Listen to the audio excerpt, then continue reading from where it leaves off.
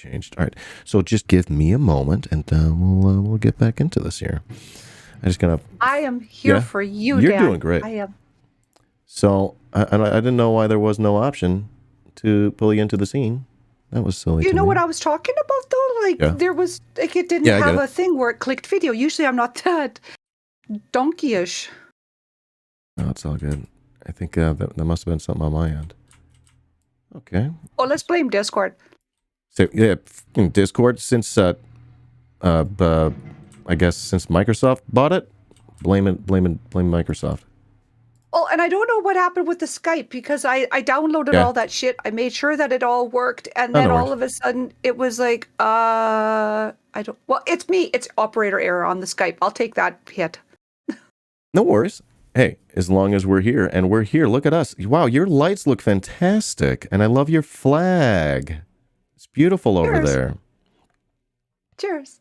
Cheers. How have you been, Hildy? What's going on with you? Tell me a story. Tell you a story. What kind? Do you want a black pill story or do you want something rosy with unicorns?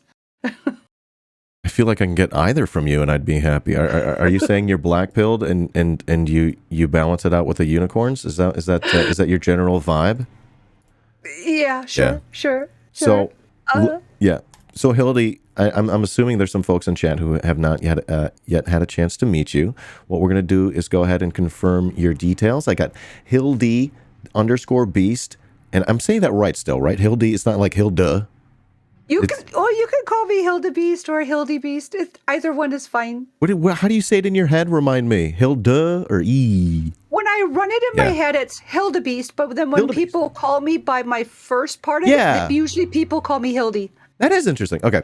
All right. Well, that makes sense in my head finally. All right. So, and we got, if you don't mind confirming your pronouns, you've told me she, them. Is that right? Yes. And on Twitter, you're at Hilda_Beast. Hilda Beast. Yeah. Awesome. First question from chat from Can't Find a Name I Like. How beastly are you actually, Kappa? I'm a naughty girl. No. Wow. Okay. I can be rather aggressive with trolls and chuds. I can. I don't tolerate any bullshit in streams at all. Especially when I mod, because I just feel that all spaces should be safe. And when there's somebody who's like a clear troll, then there's a door, they can leave. I don't tolerate any of that. So I can be quite aggressive. But at the same time, I think I can be quite a bubbly, upbeat personality type person where I don't take life too seriously. So I'm not, I don't really mind when people make fun of me or anything like that, because it's all in good fun. It's when they're nasty, and that's when I'm like, well, that's it. Off with their heads, Well, it seems like you've got a really good way of like dealing with that, like, I don't know, like drawing, you draw your boundaries. Yeah. Oh yes, early on. Oh yes. Why do you do that? Why? Well, for numerous reasons, because I'm old. And I have put up with a lot. I have in my life. I've put up with a lot, and I just can't tolerate it anymore. So that's one of the reasons. Another reason is because I want to make sure that younger Beast, my child, they actually witness and see that it's okay to set boundaries. If you don't set boundaries in the beginning of any social relationship of any sort, whether it's on Twitter, whether it's in your private life or online, if you don't set those boundaries, people take advantage of you. And so I want to be a role model for that, because I don't want younger Beasts to put up with half of the crap that I have had to put up with, years and years and years ago, even when I was serving tables, and people used to get very hand happy and slapping me on the arse and thinking that was okay. Oh my God. It's not okay. Not okay at all. And another reason I do that is because to create a safe space, a lot of people, when they see this flag behind me, they like to, the trolls, when the trolls see the flag behind me, and when they know that I identify as they, them, and I'm okay if anybody misgenders me. I'm old. I don't care if someone calls me he, him, they. But for those that have worked so hard and are under this flag, we need to respect that. And that's another reason, so that they feel safe in the community and the trolls are not safe. They're out. I really like your flag, and it's lit up and it's beautiful. And I don't know if I mentioned this to you, but I recently also came out as non-binary and queer, and here we are. It's congrats. Thank you. Yay. Well, Hildy, I just lost your video. Didn't I just lose you? Oh dear. It's okay. I think it just boom. There we go. That was just on my end, I guess. I don't know what happened there. Did your Discord fuck up, or was that mine? I think it was me. No, mine didn't change. That was all me. Well, I'm sorry, Hildy. Nope, fine. If it's not scuffed, it's not left. Boom. Exactly. You know? Well, Hildy, what do you got in your little police boxes over there? You got 2 of those. I do. Yeah. I have, snacks. Okay, the bigger tortoise fruit, that's my wine. Nice. That's my wine. Yeah. And then this one here has got it's got my bubble tea. Bubble tea. It keeps it cold. Yeah. Oh, that's really nice. It's got my chocolate chai bubble tea. Yummy. That's adorable. I need that boost. Yeah. I didn't have coffee yesterday, so I was like, it was really weird. I'm like, I can't stream today. I'm gonna take the day off. Yeah. Well, Hildy Beast, today I wanted to give you an opportunity in case folks don't know what you do over there on your channel, to give you an opportunity to talk about that, and then we can go ahead and let the wind take us where it wants. Go ahead and tell folks what you do on the internet and where you do it and where they can find you do it. Sounds good? Sure. All right. Hit it. Variety streamer. I stream Canadian politics. I do that on Mondays and Wednesdays. And I also stream horror games, and among other games too, but horror games, which is hilarious to see me lose my shit, apparently.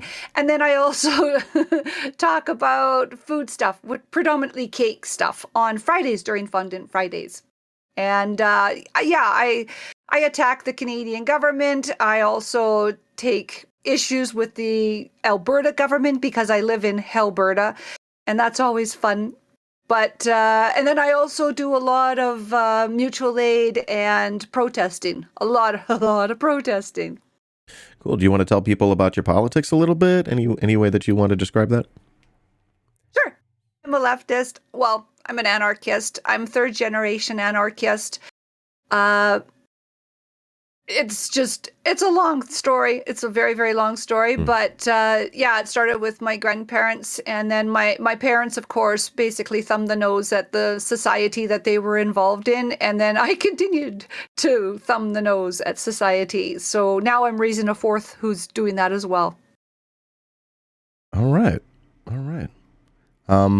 Well, Hildy, I guess now I want to ask, like, what have you been getting into on your stream lately? Any like specific stories that you want to chat with me about? Anything that's just like on your mind today in general? What are we going to talk about? We got time. We got time here. We got time, eh? Oh, well, I have avoided the whole Russia-Ukraine thing. I have avoided that because I just don't think anybody should be bombing the shit out of anybody. So I'm just going to stay out of that one and let people that know more than I do about it, let them discuss it. I'm not a foreign affairs master or anything like that. I'm not going to profess to be one. That would be false. I used to be very, very, very involved with foreign policies and foreign politics, but I have lost that taste. So that can stay hidden in the closet along with the other dangling skeletons that I've got in my closet. But the most recent thing, which has really, really ground my gears, was that trucker convoy. That thing just really shoved me over the edge. And I had talked about that to death on my stream. And I have to say thank you very much, Dan, for listening before weighing in, or when you did weigh in, you were very upfront about it. Like, I don't know a whole lot. I'm here to learn. I liked that. Thank you. Because there were so many people and pundits and panels that I was watching, and I was literally lighting my hair on fire because people just didn't have the facts or didn't know. Like, it's so deeply rooted in our culture in Canada. It's so deeply rooted. It's not as easy as just, truckers are going to Ottawa to cause an insurrection. It's not that easy. It goes back way, way, way back. What were some of maybe the worst takes you heard on it, on the trucker convoy, if you can remember any? Coming from leftists or coming from just people in general? I'm not going to name names, but... Sure. Yeah, yeah, sure. I'm interested. So what I heard from leftists was that we should be supporting people who are trying to get rights for workers' rights. They thought this was about workers' rights. It was not at all. If this was about workers' rights, then I would have heard the word union. I would have heard better wages, better working conditions. I would have heard solidarity with those who, are trying to feed their families. No, I didn't hear any of that. These guys had like 3 months worth of food stockpiled in Ottawa. They weren't freaking going anywhere at all. Some other takes that I heard that people had, which drove me around the bend, was that, it's just a protest. No, it was an insurrection. An absolute insurrection. They were trying to overthrow the flippin' government. It was only when the convoy upset the balance at the US-Canadian border in Windsor, Ontario, and in Alberta, where it affected the monies. The monies. That's when all of a sudden politicians got off their little high horse and were like, oh shit, now we got to do something because we're losing bazillions of dollars a day against the border there. Even when they cleared the border, they still didn't deal with Ottawa because and I want to say, I will give shit postings all over. I will shit all over every single mayor, every single council member from British Columbia, where this thing started, as the truckers drove across Canada. People knew that they were coming, and yet every stop where they went to fill up, or every place that they spent the night, mayors and council members allowed them to be like, as this was gaining momentum and steam, there was a chance, an opportunity to shut this shit down. Nobody did anything. And I mean, RCMP aside and city police aside, they're not good for anything. They should be abolished. I mean, they're just useless. If you or I were shitty at our jobs, we'd be fucking fired. So yeah, let's fire those fuckers. They didn't do anything either. Nobody did anything as this gained momentum. And that, that's the fault also of the Ontario mayor, Ontario police, and then it got to the point where, the Emergencies Act had to be called for the first time in fucking history. Yeah, that's now another thing. I swear so much. You swore on my channel. Yeah, no, that's another interesting angle on this whole thing, right? Like, what are the implications of that? I honestly can't even speak to that. What do you think about that? Like, it is being used for the first time in history. Is that alarming?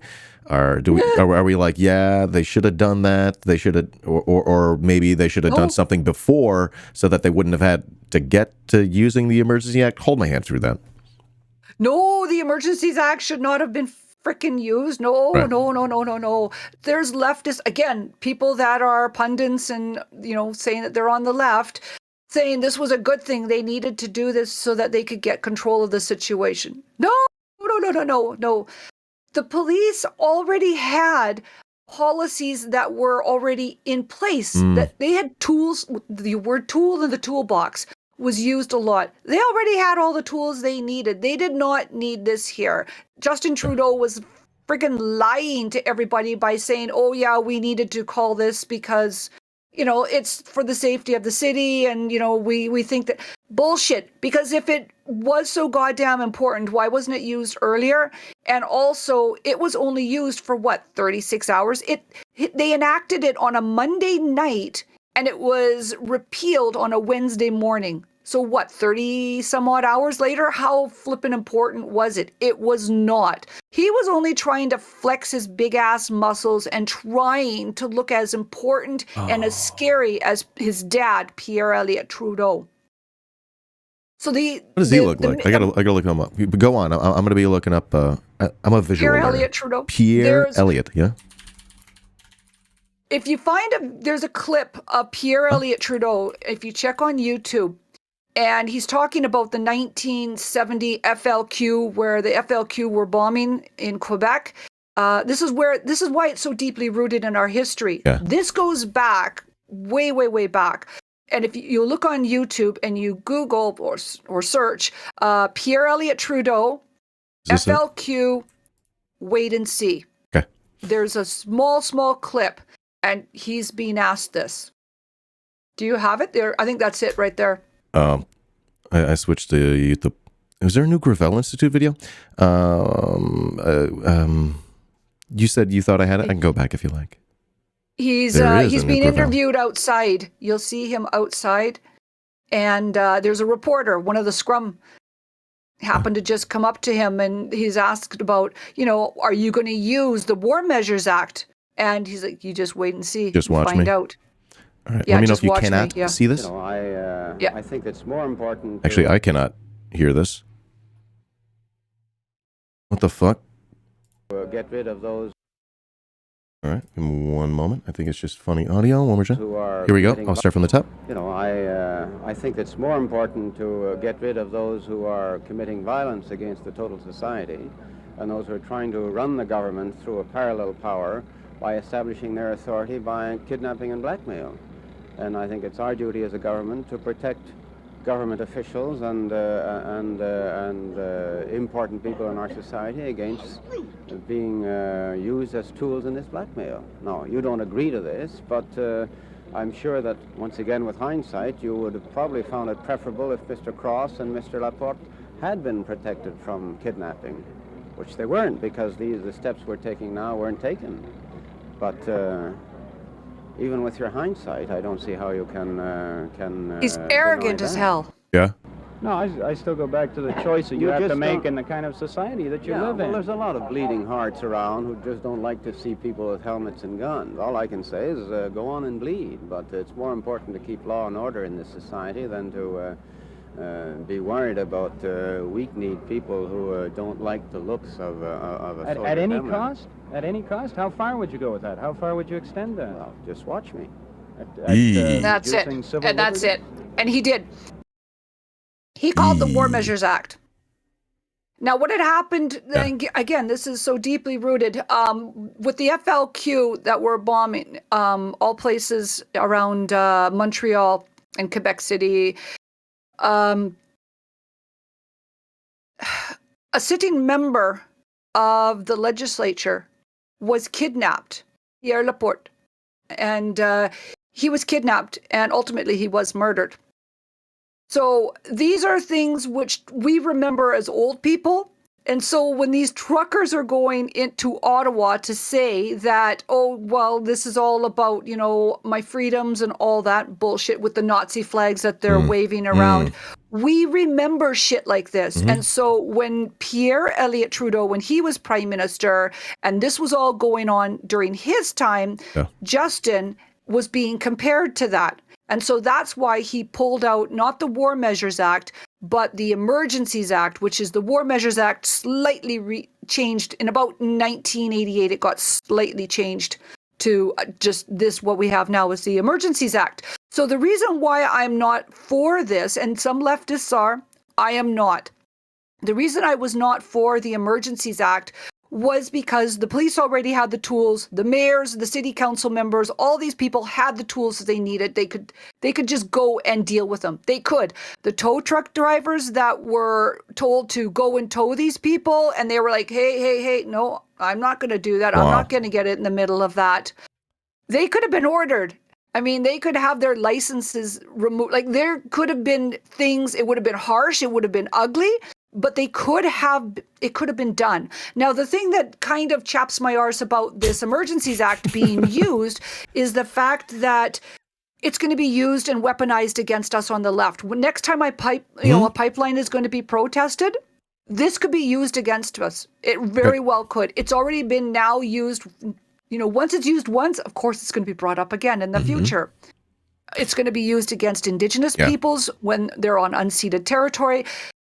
Like, it's really not good that this got used. And further to this, going back to Pierre Elliott Trudeau, the Conservative government was for this, using the War Measures Act when Trudeau Sr. was in power. And the left, the NDP under Tommy Douglas said, fuck no, we shouldn't be doing this because it could be weaponized in the future. Well, fast forward to the convoy that just happened. And the Conservatives were, no, don't use it, don't use it. The Bloc Québécois said, don't use it. But the NDP, the left, the so-called left in Canada, they voted for it and they sided with the Liberal government. That's just, you're getting the rant.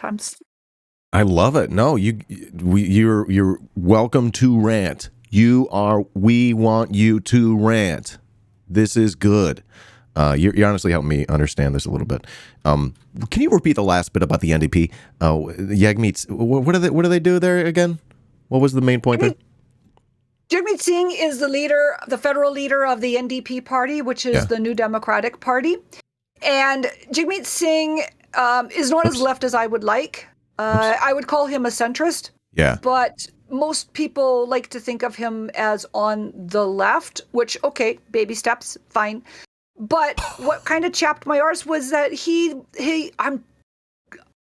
I would be willing to bet my life and my house that he whipped those votes. I am willing to bet that, because there are some true leftists that are in that party that would never fucking vote for that, ever. They would say no to it, but they did. They voted yes, and so I'm thinking those votes were whipped indeed. Okay, as in for the Emergencies Act. Yeah, thank you. Yeah, I think they were whipped into that. The Green Party, one person, because the Green Party of Canada, they don't whip their votes. The one person, they only have 3 seats in the House of Commons, and one of them did not vote for it, and the other 2 did vote for it, whereas all the Conservatives voted against it, and all the Bloc Québécois voted against it. And the left, the Jagmeet Singh's party, at the end of the day, what did they get out of it?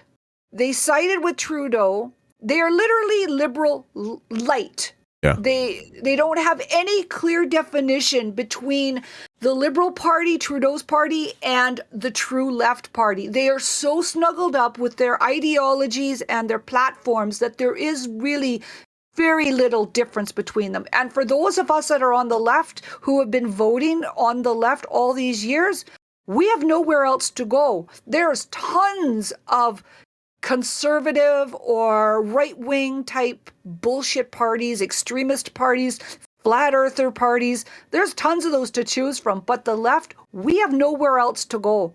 I just want a good old-fashioned anarchist or a communist to vote for. And so when Jagmeet Singh did that, what did they get out of it? They got, 36 hours, 30 hours of this Emergencies Act that was enacted? Yeah. They didn't get anything out of it. So they looked weak at the end of the day. They looked weak at the end of the day. They give away power to the people that we don't want to be having power. And if I can circle back to the point that you were making and add to it, yes, it's probably going to be used disproportionately more in the future if they continue to do this against like Indigenous protesters. They've already been like fucking up the Indigenous protesters, right? There's like, right? I mean, there's Canadian oil companies that are paying cops here in the United States to fuck up the Indigenous protesters protesting Line 3. So there's already disproportionate response, and we're just going to enable them to do more of that. Is that inaccurate? No, you're hitting it spot on. That's fucked. Yeah. Okay. Well, Hildy, what else? I'm wondering, like, I'm really learning a lot from you, and I think this is a good opportunity for me to wrap my head around this more. What else do you think leftists aren't getting about the trucking, the Flu Trucks Clan? Do you like that name? Someone came up. I thought that was so funny. Flu Trucks. Yeah, that is a good one. Actually, I got to give credit. Yeah, whoever did that was brilliant. A triple entendre. My gosh, flawless fatality. Yeah. What do you refer to it as normally? The trucking, the truck. Oh, I just called them shit weasels. I did. The conservative truck tears. Yeah, I don't know. Yeah, they were just terrible. What the people on the left don't realize is that the precedent has been set. It's already been set. We as leftists should have had our shit together and mobilized the moment the pandemic hit. We should have been the ones driving to Ottawa and occupying Ottawa. It should have been us. Like, why did it take the right is always good at going to the extreme and not giving a fig about anything. They just go and they just do. Whereas the left, we kind of have to organize. We get our permits and our ticker thing and da-da-da. No, this is why I'm like, I want to bang my head against the wall. Without having the gratification of a bed underneath me. I just really want to bang my head against a wall. I want the left to be more aggressive when they have their tactics, because we don't have anything like that at all. Yeah. We just don't. And I mean, this insurrection snowballed. I'm sorry, United States, that we infected you because you guys had a trucker convoy. Now, it wasn't very successful to the point of like the one that we had. But I mean, we infected other countries too. We showed, oh, it can be done in Canada. Let's do it here in this country, or let's mobilize and get some, action going. The left needs to be better. Yeah, I think so. You're thinking like, let's circle back. Let's help me develop this idea in my head here. Back to the beginning of the pandemic, we should have been out front saying, hey, we need to fix these material conditions. We need to do better for the people. Like what the fuck, man? Like, yeah. At the very least, here in the United States, we did have some like unemployment benefits, but not nearly enough. And then we saw over the past 2 years, like the richest people, have gotten trillions, richer by like $300 trillion, and the rest of us have gotten poorer by, hold on, let me check this math, about $300 trillion. Isn't that interesting to juxtapose those two things?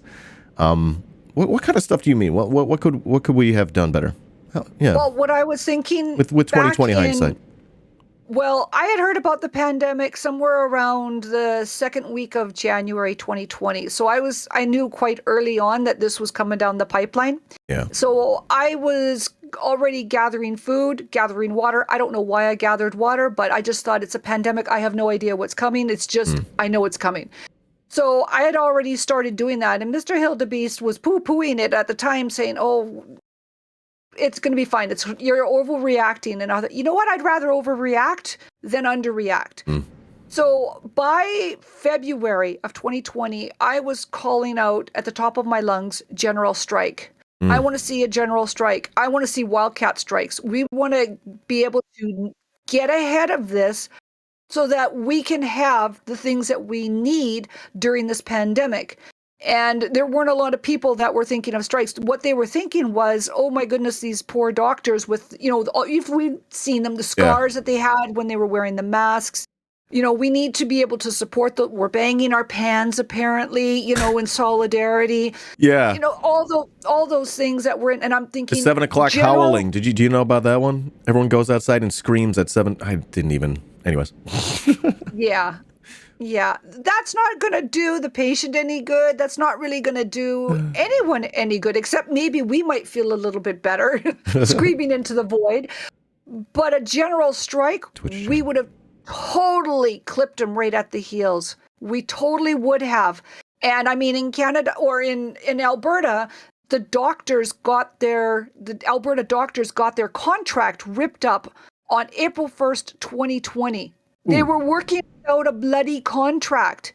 And physicians at that time and nurses, I mean, they were not nearly as burnt out as what they are now. And so they just put up with it. They were fighting it, but they were basically putting up with it. And I hate to say this, but I would have loved to have seen them walk out. Then school started in September of 2020. And I was like, we should be having a teacher strike in August. Threaten that. We need, no, but the government needs kids to be in school so parents can go back to work, right? We all know that. We're not donkeys. We can figure that out. It's a babysitting system.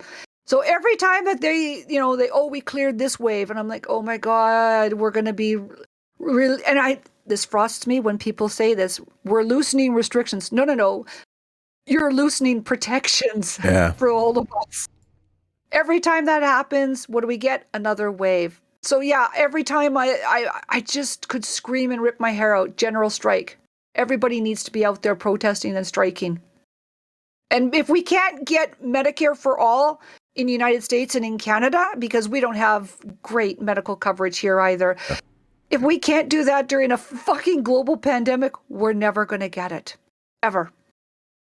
Not I'm scared you're right. I think you're absolutely right. Fuck, man. A well organized general strike. I want that. I want a wildcat strike. That's what I really want. I do. Just full blown wildcat strike. Everybody. Yeah, just go. Just go. People are gonna. All right. Takes you what? Help me think through this. Help me think through this. Okay. What if it's not organized? Like, what are we gonna do? Like, people are gonna starve.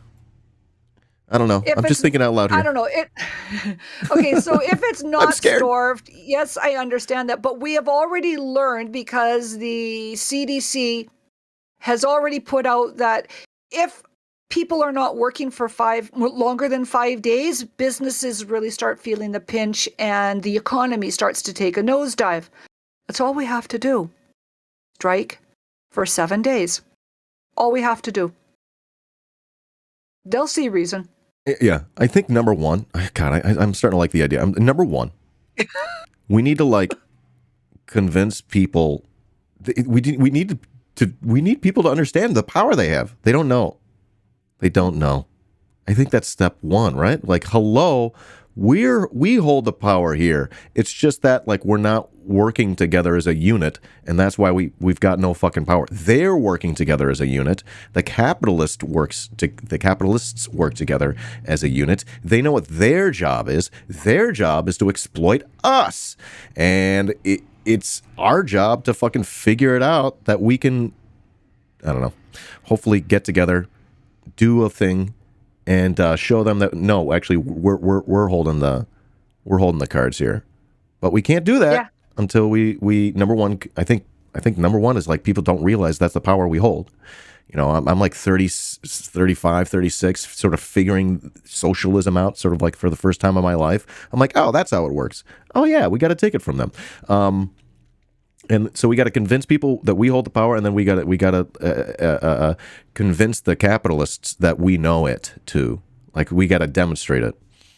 All right, wildcat strike. So wildcat strike is specifically when union members go strike without their union leadership, right? But that would tie into a wider general strike. You're saying? Oh yeah. Okay. So a lot of the unions, okay, not all unions are created equal. Yeah. Some unions are really, really bad, where the people that are up at the top, they just placate to the politicians. And so they're not really for the workers. Yeah, we need to get those out of there. Yeah. But at the same time, create more unions, create more. Yeah. We all have the right to have a safe environment. We all have the right to enjoy our work. We have that right.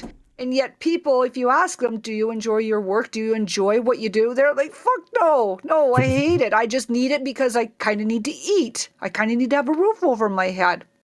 So with unions, we can thank union people for weekends off for those that get it. We can thank unions for, what is it, the 30 or 37 and a half hour or the 40-hour work week. We can thank unions for better pay, better working conditions, our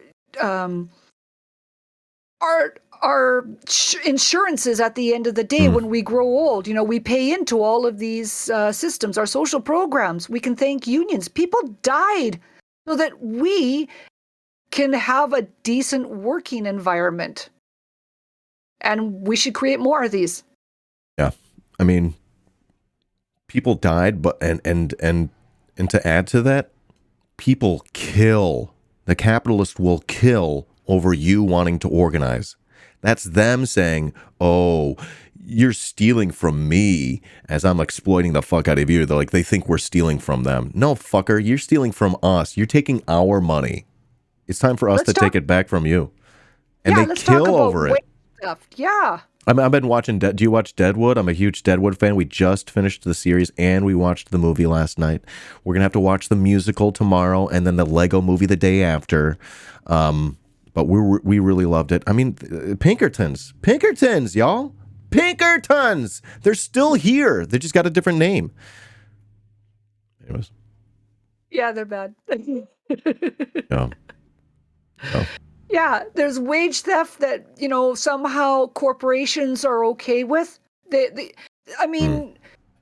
get away with all these tax cuts, these tax breaks that the average person like you and I, we never get those kind of breaks. And let's talk about Twitch. I mean, like, they take what, 50%? Oh my God. Fucking 50%, yeah. And we don't get a say in that. And they call me a partner. Oh, fuck yourself. Not you. Yeah, you're great. When these corporations say, but we're a family. No. Would you steal from your own fucking family? No.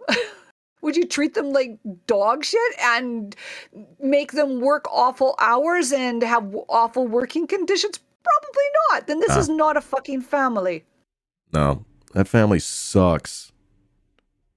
Not worth it. I quit this family, you know? All right, so we've established that exploitation is bad. We just figured out the labor theory of value, et cetera, et cetera. We're doing Marxisms. Is that okay with you? Do you like the dialectic? The dialectic? Yes. Are you a fan of the dialectic? No, I don't discuss the dialectic.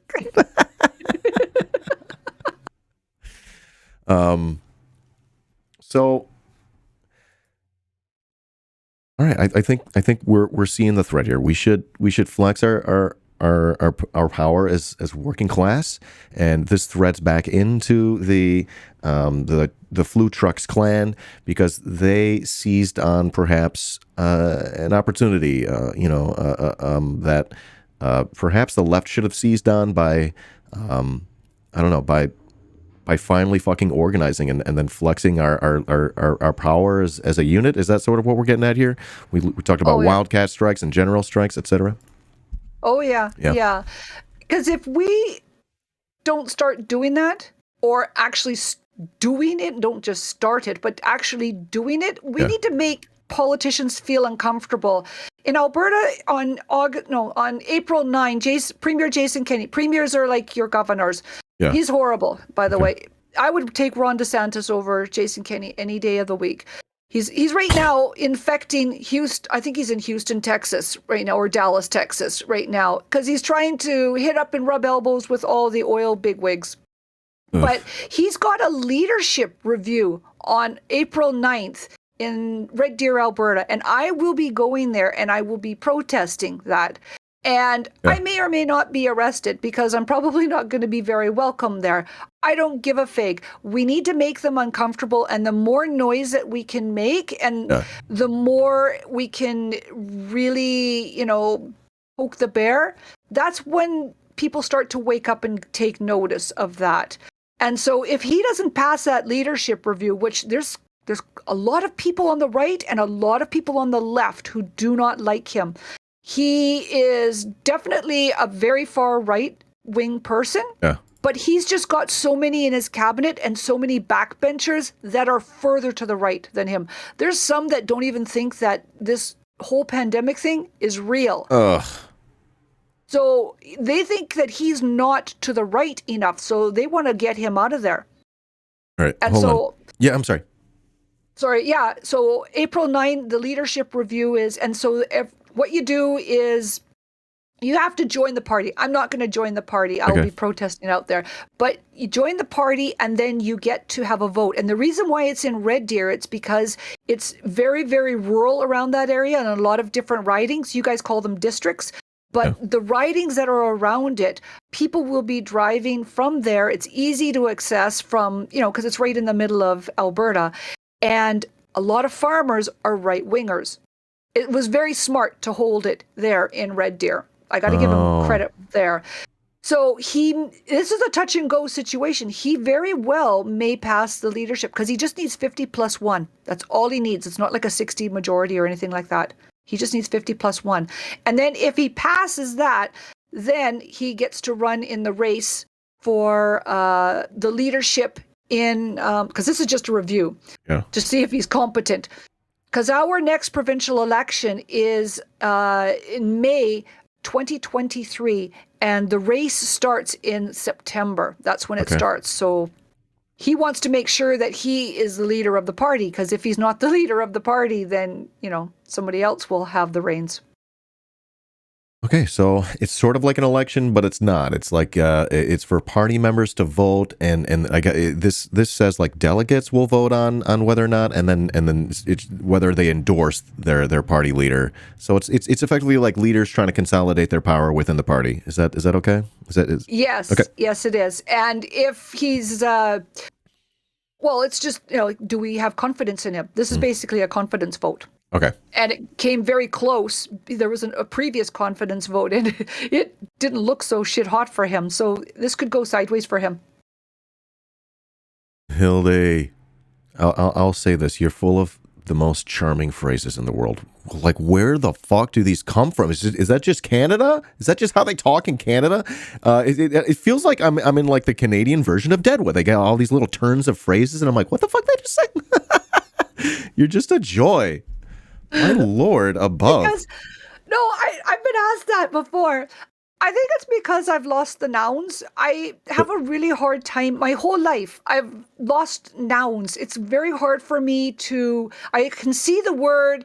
I know what the word looks like, and I have always struggled with finding the exact word. So what I'll do then is describe it in some way, which apparently nobody else ever does. But I'll describe it like, yeah.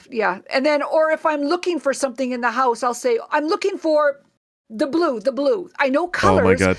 But it's the nouns. And I've only met one other person actually who has expressed that to me, that their whole lives, they too have had problems remembering what a noun is and trying to get that word out. It's very frustrating.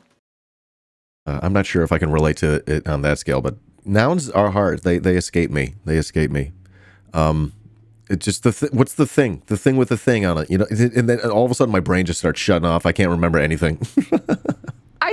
The doofany over there. Like my stream deck, half the time if somebody's like, oh, wait, let me find you on my doofany. Okay. I got a couple more questions for you. I don't want to keep you too long. I promised it wouldn't be longer than an hour. One question from chat. How many licks to get to the center of a Tootsie Pop? That was from Corporal Punisher. Get to the center of I don't know. I've never had a Tootsie Pop before. I don't know. Am I bad? Again, I'm naughty. No. I don't know how many licks. Oh, that's fine. I think I know what it's a round piece of candy right on a stick. Oh, you need to see the Tootsie Pop. I'd be happy to. Yeah, it's round. Yeah. It's at the end of the pop. And they come with these little wrappers, and there's different flavors. The Tootsie Pops, here they come, Tootsie Pops. Yeah, they got all different kinds. And then there's a Tootsie Roll on the inside. It's got a Tootsie Roll center. And then there's different flavors. They're suckers. Suckers. Yeah, suckers. It's a sucker. Yeah. Okay. I have no idea because actually in my world, yeah, none. I would just crunch it and eat it. That's what usually ends up happening. I mean, you've seen the commercial, right? How many licks to get to the center of a Tootsie Pop? Oh my gosh! So I was raised on this commercial. Let me just show it to you. I can't believe we're going down this rabbit hole. Let's do it. Let's do it. I love rabbit holes. So I looked up how many licks, and the first thing that came up was Lil Kim. Obviously, that's not it. Here's I believe this is a video. I saw this commercial about 1,000 times in my childhood. A 1, a 2, a 3. Sorry. Let me change my audio settings. Reset. Here we go from the top. Mr. Cow. Yes? How many licks does it take to get to the Tootsie Roll center of a Tootsie Pop? I don't know. I always end up biting. Ask Mr. Fox, for he's much cleverer than I. Mr. Fox, how many licks does it take to get to the Tootsie Roll center of a Tootsie Pop? Why don't you ask Mr. Turtle, for he's been around a lot longer than I. Me, I bite. Weird. Mr. Turtle, how many licks does it take to get to the Tootsie Roll center of a Tootsie Pop? He's never made it without biting. Ask Mr. Owl, Yeah. for he is the wisest of us all. That's Mr. the bit. Owl, how many licks does it take to get to the Tootsie Roll center of a Tootsie Pop? A good question. Let's find out. 1, 2, 3. What happened? They're fucking cut off? A 3. Over. If there's any What the fuck happened over here? All right, he goes, a 1, a 2, a 3, and then he eats it. I don't know. I think someone edited this video or something. Either way. Tootsie Pop over 9,000. I don't know what happened there. But yeah, that's the bit. I'm Everyone a ends up cruncher. eating it. I'm a cruncher. I would crunch it. Oh, for sure. You're a cruncher. Well, no. Now we know another thing about you. Hildy, do you have any questions for me? I don't know. It's weird. Saw that you were. I do. I saw that on Football Sunday there with the Super Bowl that you were upset quite a bit on Twitter. Why were you so upset? I was watching the game. I was having a good time. I was enjoying it, actually. It was sort of almost enjoyable to watch. Halftime was great. I liked halftime. That was fun. And then there was like this one throw.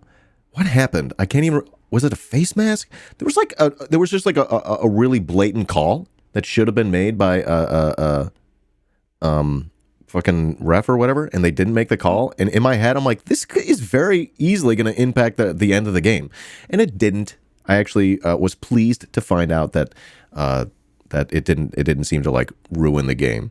But at that point, I'm like, I can't watch this shit. It was stupid. I think that's what you're referring to. Okay, because I was watching Twitter and I was also watching the game, and I was like, why is Dan so mad? Oh, well, probably because of something that happened in the game that I might have missed because I was going back and forth all over the place. And I gotta say, I have been holding the crying towel for Cincinnati Bengals since the 80s. When Boomer Esiason was, the quarterback, during those days. I still wear I still wear my Cincinnati Bengals shirt, and I am now crying again, all over again. I don't think I have another 20 or 30 years left in me to wait for the Bengals to make it again to the Super Bowl. Fucking hell. Can't win them all. I'm sorry. I am sorry to hear that. I didn't have like a team going into it. I wasn't like mad that like one team lost or the other. I just wanted to see a good game, and I think that's what happened. I was upset that it was no longer a good game in my head. I'm like, this game sucks. They fucked it up because of the fucking ref. But I'm sorry for your loss. Yeah. It was. I was like, I'm thinking this is my moment. It's on my bucket list to go to a Bengals game. It really is. I have wanted to go to a Bengals game my entire life. And I'm like, this is the moment. This is it. Oh, fucking hell. Gosh. That's a big bummer. That is a real big bummer. Hildy, anything else for me? I think we'll let you go because this has just been a lot of fun. We're nearing the top of the hour. It's been a blast chit-chatting with you. You're just a super charming, really wonderful, thoughtful person, very funny, and just a joy to be with. Thank you. Yeah, thank you for joining me today and spending your time with me. I really do appreciate that. It's been a lot of fun. Well, I thank you yeah. for inviting me. That Hey. was very, very generous and kind of you. Thank you. It's just my pleasure to be joined by based and never cringe people like yourself. So thank you again. I'm going to go ahead and give you one more chance in case someone joined us in the middle of our chat to let them know where people can find you. And I'll try my best to drop some links in the chat as well. So Hildy Beast, they could find you at Hildy_Beast at Twitter. I'll drop that link in the chat and also here on Twitch. Is it the same? Yes, it is. Indeed. I'll drop both those links in the chat. And let the folks know one more time what you do on your channel over there. Go ahead and give yourself the big shout out. I'm a variety streamer. I shit all over Canada and Alberta because I live in Hellberta. I talk a lot of smack when it comes to politics. And I also stream cake stuff on Fridays, Fondant Fridays, and I also stream horror games. I also do a lot of mutual aid and a lot of protesting. And so if you like to hear people scream because they are high anxiety and it's hilarious to watch, come on over. Because even my own alerts send me off the deep end. We always have a good time in stream. We always do. It's always cozy. I love to hear it. And I guess we'll leave it at that. Hildy, thank you again. I hope you have a really, truly special, wonderful, perfect day. Or at the very least, I hope it doesn't suck. Cheers. Take care. Bye, chat. Thank you so much, Hildy. We'll talk to you next time. Bye. Goodbye. That was Hildy Beast. It's just so nice.